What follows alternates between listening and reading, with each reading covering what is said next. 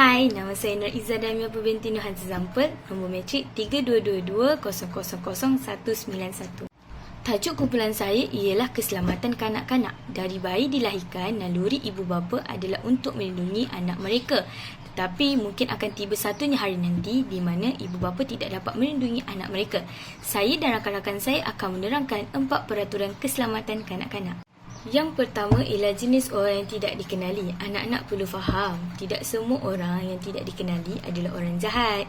Orang yang biasa ditemui di kedai runcit, kawan-kawan ibu bapa dari sekolah, serta ramai lagi orang di dunia ini. Mungkin tidak akan melakukan apa-apa yang tidak memudaratkan anak kita. Contohnya orang yang tidak dikenali yang suka menggoda anak-anak kita, memberi ganjaran yang agak senang untuk melarikan kanak-kanak. Ataupun orang yang memberi janji-janji kosong atau menyentuh tubuh kanak-kanak dengan tidak senonoh. Seorang dewasa tidak mungkin akan meminta pertolongan seorang budak kecil.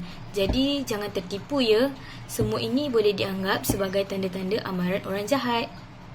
Hai, nama saya Normadia Syafikri binti Mulyanis, nombor matrik 322-200-1491. Keselamatan kanak-kanak yang kedua adalah sentuhan selamat dan tidak selamat. Semua kanak-kanak di Malaysia telah diajar sentuhan selamat dan tidak selamat dalam sukatan pelajaran darjah 1. Mereka diajar untuk mengatakan jangan atau tidak dan untuk memahami perasaan diri apabila disentuh.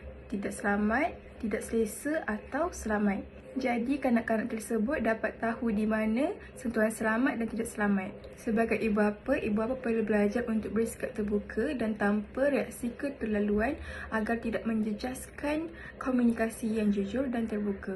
Nama saya Nur Alia Wahidah binti Ramzi yang memegang kad matrik 322007561. Keselamatan kanak-kanak yang ketiga pula ialah keselamatan kanak-kanak di jalan raya dan di dalam kenderaan. Ibu bapa perlu sentiasa mengingatkan kanak-kanak untuk memandang ke kiri dan ke kanan sewaktu ingin melintas jalan raya. Selain itu, ibu bapa juga perlu mengingatkan kanak-kanak untuk melintas dan berada di laluan penjalan kaki sewaktu ingin melintas jalan dan tidak berada di atas jalan raya. Ibu bapa juga perlu sentiasa memegang tangan anak-anak sewaktu ingin melintas jalan raya dan memastikan kanak-kanak tidak berlari dan tidak berada di bahagian hadapan sewaktu melintas jalan raya.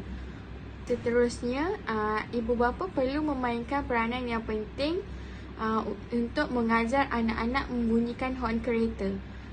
Misalnya, jika ibu bapa meninggalkan anak-anak di dalam kereta dalam keadaan yang panas dan tingkap yang tertutup, ibu bapa perlu mengajar anak untuk membunyikan horn kereta sepanjang masa.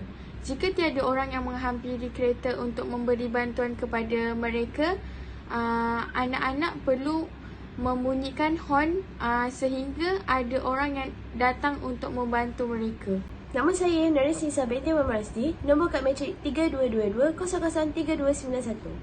Keselamatan kanak-kanak yang keempat pula ialah mengajar anak-anak tentang nama penuh dan nombor telefon ibu bapa. Hal ini kerana apabila kanak-kanak itu hilang daripada pengawasan ibu bapa, maka kanak-kanak tersebut dapat menyebut nama penuh dan nombor telefon ibu bapa untuk mencari bantuan daripada pihak-pihak tertentu.